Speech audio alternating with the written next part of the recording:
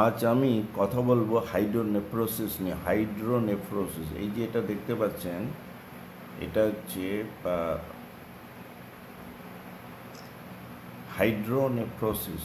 Hydro কথাটার মানে হচ্ছে জল, নেফ্রো কথাটা এসছে কিডনি থেকে। হাইড্রোনেফ্রোসিস, যেখানে কিডনির মধ্যে জল ঢুকে কিডনিটা বড় হয়ে যায়। যখনই কিডনিটা বড় হয়ে যায়, ফুলে যায়, তখন বলা হচ্ছে হাইড্রোনেফ্রোসিস। এটা সাধারণত কিডনিতে কোনো অবস্ট্রাকশন হলে তার ব্যাকফ্লো হয়, ব্যাকফ্লো অফ ইউরিন, সেখান থেকে কিডনিটা ফুলে যায়। এই যে এটা দেখছেন, এটা আমাদের শরীরের হচ্ছে এই অংশটা হচ্ছে ডান দিক। এই যে অংশটা আপনারা দেখছেন, এটা হচ্ছে ডান দিক, আর এটা হচ্ছে বাঁ দিক। এটা হচ্ছে বাঁ দিকের কিডনি, আর এটা হচ্ছে ডান দিকের কিডনি। প্রত্যেকটা কিডনির উপরে দেখবেন একটা টুপির মতো বস্তু আছে, কমলা লেবুর কিছুটা কোয়ার মতো এখন দেখতে। তো সেটা হচ্ছে অ্যাড্রিনাল গ্ল্যান্ড। অ্যাড্রিনাল গ্ল্যান্ড থেকে অ্যাড্রিনালিন নামক হরমোন তৈরি হয়। এই হরমোনটা বিশেষ পারদর্শীভাবে আমাদের শরীরে কিছু ক্রিয়াকলাপ, রক্ত প্রবাহ, রক্তর যে প্রেশার, চাপ, এগুলো নিয়ন্ত্রণ করে, আরও অনেক কিছু করে। তো এখানে আসলে কথা বলছি আমি হাইড্রোনেফ্রোসিস নিয়ে। এটা দেখছেন যে এটা কিডনি, এটা একটা কিডনিটা কাটা অবস্থায় দেখুন কতগুলো হচ্ছে এই যে পিরামিডের মতো জিনিস, এগুলোকে পিরামিডে অ্যাকচুয়ালি বলা হয়। তো এই কিডনি থেকে দেখবেন যে একটা নালি, এটাকে বলে পেলভিস। এই অংশটা হচ্ছে পেলভিস। এই পেলভিস কিন্তু নিচের দিকে নেমে ইউরেটার হয়ে গেল। এটা দুপাশে দুটো ইউরেটার এসে এখানে কাছে দেখুন ইউরিনারি ব্লাডার হয়ে গেল।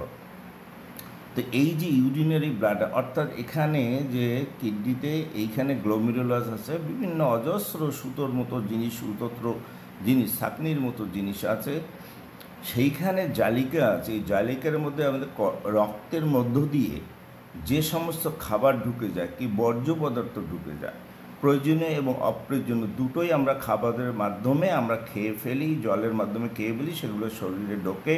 সেখানে শরীরের এই কিডনিতে গিয়ে হচ্ছে শরীরের বিভিন্ন বিপাক ক্রিয়া, অর্থাৎ লিভার দ্বারা, যাই বলুন না কেন, যে অঙ্গ প্রত্যঙ্গ, স্টোমাক দ্বারা ঘুরে যে এক্সেস যে জলটা সেটা কিডনিতে ঢুকে যাবে। সে কিডনিতে কী করবে, কিডনি এইখানে যে গ্লোমেরুলাসগুলো আছে, এটা একটা ছাঁকনির মতো কাজ করবে। যে জিনিসগুলো আমাদের শরীরের পক্ষে দরকারি, সেগুলোকে আবার বডিতে পাঠিয়ে দেবে। বাকি যে জলটা, এটা পেচ্ছাব অর্থাৎ ইউরিন আকারে নিচের দিকে নামবে, দুপাশে নেমে এইখানে, এটা হচ্ছে আমাদের মূত্রথলি বা ব্লাডার, ইউরিনারি ব্লাডার। এই ইউরিনারি ব্লাডারে কিন্তু একটা জমা হয়ে যাবে। জমা হলে এরপরে যতটা জমা হবে তখন ইউরিনের প্রেশার একসময় বাড়বে। তারপরে এখানে দেখছেন এটা ইউরেথ্রা, এটা হচ্ছে ইউরেথ্রা ফিমেল মেলের আলাদা আলাদা হতে পারে। এটা হচ্ছে ইউরেথ্রা, এখান থেকে আমার ইউরিন বেরিয়ে যাবে। তো কোনো কারণে যদি কিডনিতে পাথর তৈরি হয়, পাথর, অক্সালেট, কার্বনেট, ফসফেট, এইসব জিনিস, বর্জ্য পদার্থগুলো যদি বেশি হয় কিডনিতে, এবং মানুষ যদি কম জল খায়, তাহলে কোথাও এই যে একটা দেখছেন এখানে একটা পাথর আটকে আছে, কিন্তু এখানে একটা, সেটা এখানেও হতে পারে, এখানেও হতে পারে, এখানে এবং এখানেও নামতে পারে। অ্যাকচুয়ালি ছোটো যদি পাথর হয়, ধরুন 11 মিলিমিটারের কম পাথর, কিন্তু এখান থেকে বেরিয়ে এই ইউরিনারি ব্লাডারে ঢুকে তারপর সেটা বেরিয়ে যাবে। কিন্তু কোনো কারণে যে পাথরগুলো বেরোতে পারছেন, প্রথমে অ্যাকচুয়ালি পাথর কিন্তু এই কিডনির এই জায়গাগুলোতে তৈরি হয়ে যাবে। এই জায়গাতে এই যে দেখছেন কতগুলো পাথর তৈরি হয়ে গেছে। তো এই পাথরগুলো তৈরি হয়ে ইউরিনের ফ্লোর মাধ্যমে এটা